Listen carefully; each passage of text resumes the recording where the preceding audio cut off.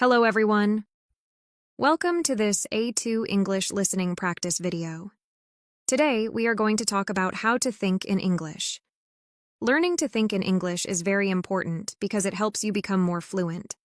When you stop translating words from your native language, you can speak faster and more naturally. You will feel more confident when you don't have to stop and think of the right words.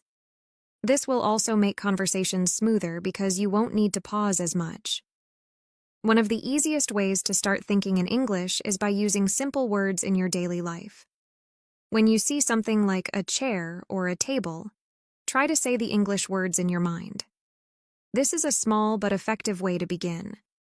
At first, it might feel a bit strange, but the more you practice, the easier it will become. Soon, these words will come to you automatically. Once you are comfortable with single words, try moving on to short sentences. For example, when you want to say, "I'm going to the store," think of this in English instead of your native language. You can also think about what you are doing at the moment. For instance, if you are cooking, say to yourself, "I am cooking dinner."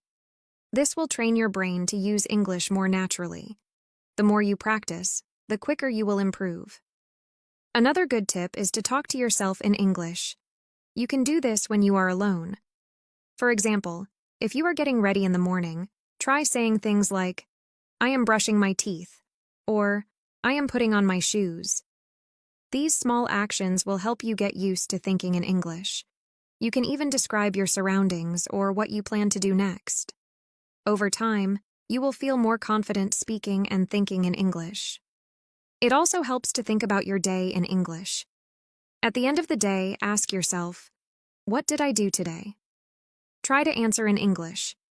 For example, you can say, "Today I went to work," or "I had lunch with a friend." This will help you reflect on your day while practicing your English thinking skills.